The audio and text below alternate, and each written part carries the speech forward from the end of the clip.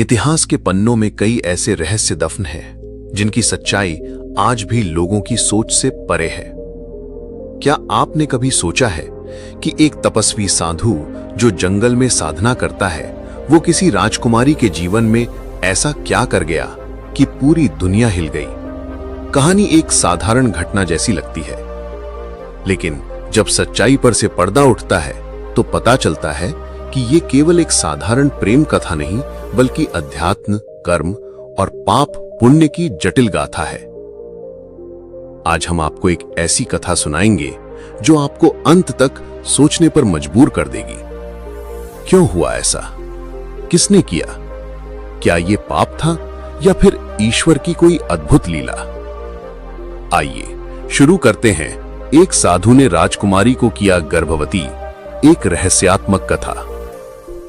ये कहानी तब की है जब भारत में न तो बिजली थी, न गाड़ियां और न ही आज की तरह के नियम कानून।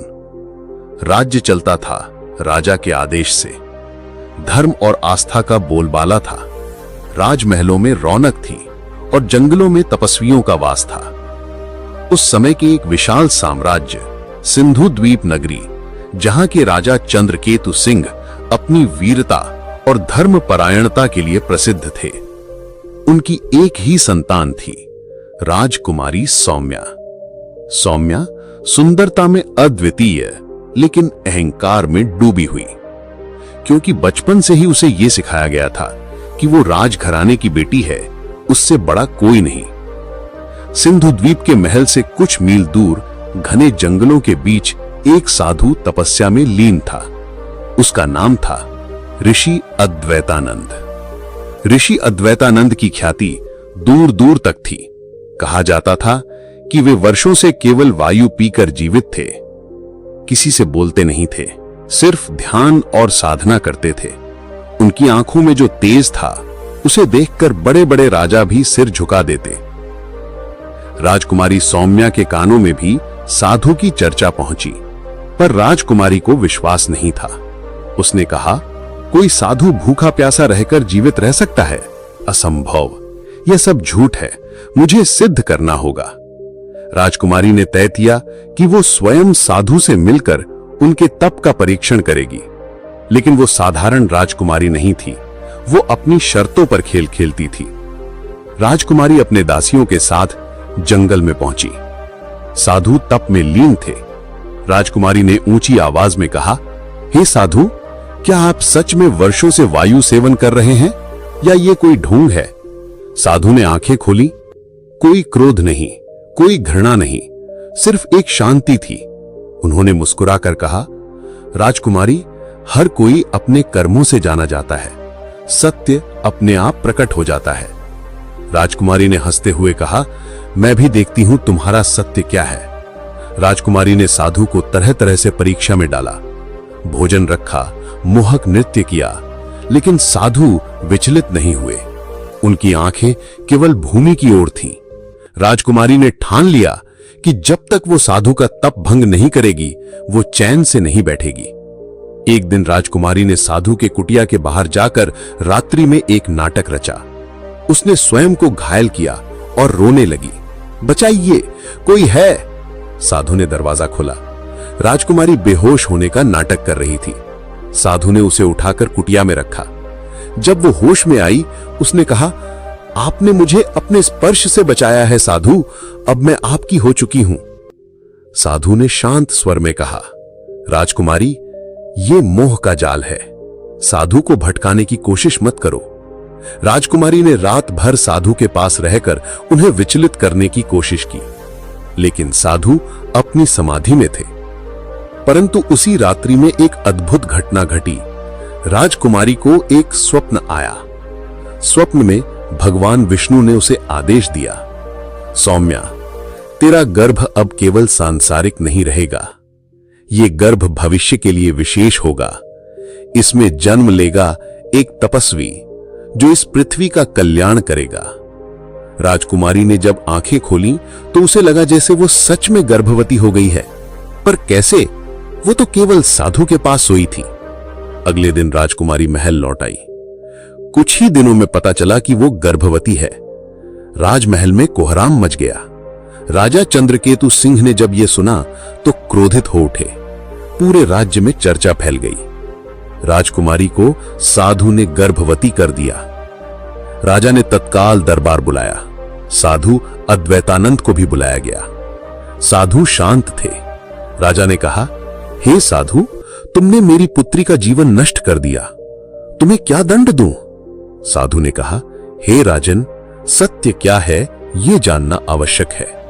कर्म की गति अजीब है। कभी कभी जो दिखता है वो होता नहीं, और जो होता है वो दिखता नहीं। तभी एक दिव्य प्रकाश हुआ। विष्णु के दूत प्रकट हुए। उन्होंने कहा, हे राजन, ये साधु निर्दोष है। राजकुमारी के गर्भ में जो बालक पल रहा है वो एक अवतार है। ये ईश्वर की इच्छा से हुआ है। इसे पाप ना समझें, ये पुण्य है। सभी स्तब्ध रह गए। साधु अद्वैतानंद ने सिर झुका लिया। राजा ने साधु से क्षमा मांगी। समय बीतता गया। राजकुमारी ने एक पुत्र को जन्म दिया। उसका नाम रखा गया विभूतिवान। विभूतिवान बालक बचपन से ही अद्भुत शक्तियों से युक्त था। कहा जाता है कि वो बालक ही आगे चलकर एक महान तपस्वी और समाज सुधारक बना। तो क्या सच में साधु ने राजकुमारी को गर्भवती किया था, या ये ईश्वर की लीला थी? ये प्रश्न आज भी रहस्य बना हुआ है। कर्म, भाग्य और ईश्वर की योजना को मानव अपने छोटे से दिमाग से नहीं समझ सकता। जो घटना एक अपराध की तरह दिखती है, वही कभी कभी सृष्टि की महान रचना होती है। जब विभूतिवान का जन्म हुआ तो साधु अद्वैतानंद ने स्वयं को तपस्या में और गहरे डुबो दिया। लोगों ने भले ही उन्हें निर्दोष मान लिया था, लेकिन साधु के मन में एक टीस थी। वे सोचते थे कि क्या मैंने कोई भूल की? क्या किसी स्त्री को अपने समीप आने देना ही मेरा दोष था? उनका मन बार बार यही प्रश्न करता। कई बार वे अपनी ही आत्मा से संवाद करते और बार बार एक ही उत्तर मिलता कि कर्म केवल ईश्वर के विधान से घटता है, जो हुआ वही होना था।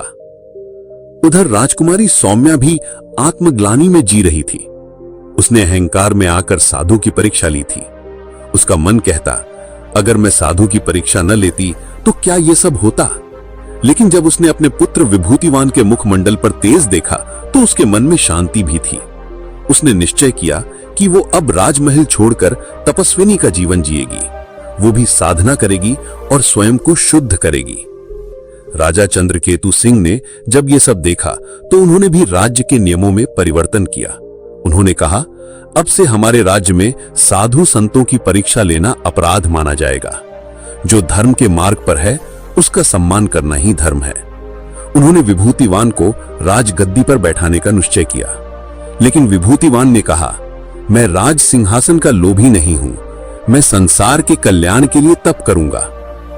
विभूतिवान बड़ा होकर बाल अवस्था में ही अद्भुत चमत्कार करने लगा। जहां रोगी होते वो हाथ रखता और रोग समाप्त हो जाता। जहां अकाल पड़ता वो वर्षा के लिए आकाश में देखकर प्रार्थना करता और मेघ बरस पड़ते।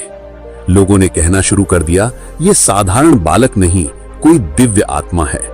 कुछ लोग कहते, ये सब ढोंग है, साधु ने राजकुमारी के साथ छल किया और अब बालक को चमत्कारी बता रहे हैं। कुछ कहते, नहीं, ये तो ईश्वर का अवतार है। ये बहस वर्षों तक चलती रही, क्योंकि जब चमत्कार होते हैं तो उनके पीछे विज्ञान भी उत्तर ढूंढता है और धर्म भी। लेकिन विभूतिवान इन सबसे अलग था। वो केवल मानव सेवा में लीन रहता।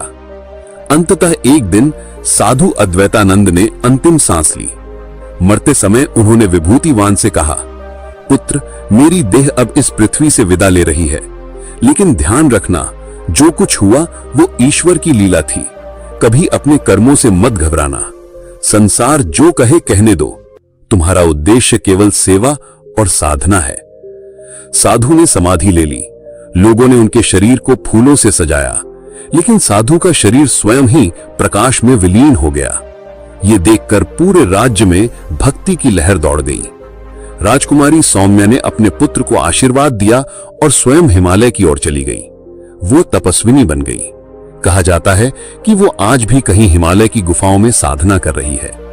समय बीत गया। लोग इस घटना को आज भी याद करते हैं। कई लोग आज भी पूछते हैं, क्या वाकई साधु ने राजकुमारी को गर्भवती किया था या फिर ये ईश्वर की लीला थी? ये सच्चाई क्या है, ये आज भी रहस्य है। कर्म, ईश्वर और भाग्य की गहराई को कौन समझ पाया है? कई वर्षों बाद जब विभूतिवान बड़ा हो चुका था तो उसे एक रहस्यमयी पुस्तक मिली।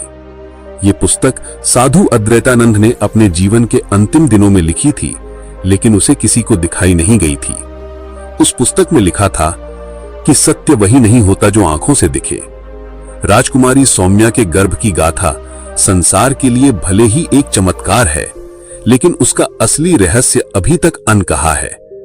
मैंने कभी किसी स्त्री को स्पर्श नहीं किया, लेकिन उस रात जब राजकुमारी मेरी कुटिया में सोई थी, स्वयं ब्रह्मा ने मुझे आदेश दिया था कि अद्वैत, ये सृष्टि का विधान है। ये बालक केवल तप से उत्पन्न होगा, शरीर से नहीं बल्कि तप की अग्नि से। ये ब्रह्म तेज का संचार है। उस पुस्तक में लिखा था कि राजकुमारी का गर्भ केवल साधारण गर्भ नहीं था, वो ब्रह्म तेज से उत्पन्न हुआ था। साधु ने अपनी तपस्या की ऊर्जा से एक दिव्य संतान का निर्माण किया था। ये कर्म किसी शरीर के संसर्ग से नहीं हुआ था, बल्कि साधना की चरम अवस्था पर पहुंचे साधु ने ब्रह्मांडीय ऊर्जा के संचार से ये बालक उत्पन्न किया। ये कोई सामान्य घटना नहीं थी, ये सृष्टि के नियमों से परे एक लीला थी, जिसे समझना मानव की बुद्धि से बाहर है। जब विभूतिवान ने यह पढ़ा तो उसकी आंखों में आंसू आ गए।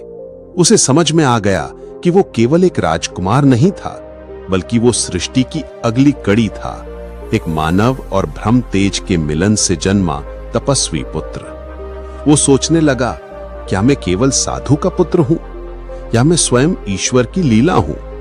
वो आत्मचिंतन में चला गया। फिर उसने निर्णय लिया कि वो अपना जीवन केवल लोक कल्याण में लगाएगा। ना तो वो राजा बनेगा, ना ही सिद्धि का प्रदर्शन करेगा।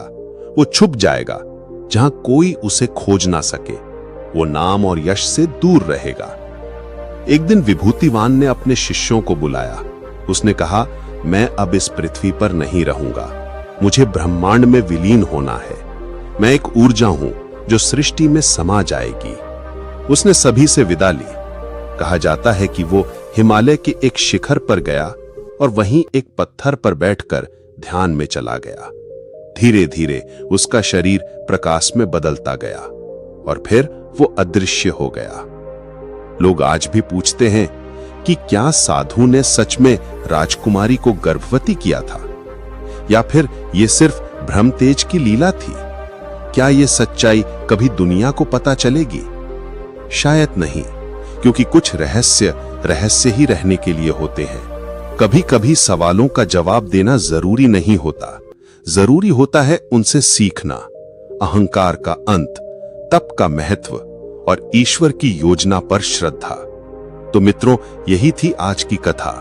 एक साधु ने राजकुमारी को किया गर्भवती, लेकिन क्यों, कैसे?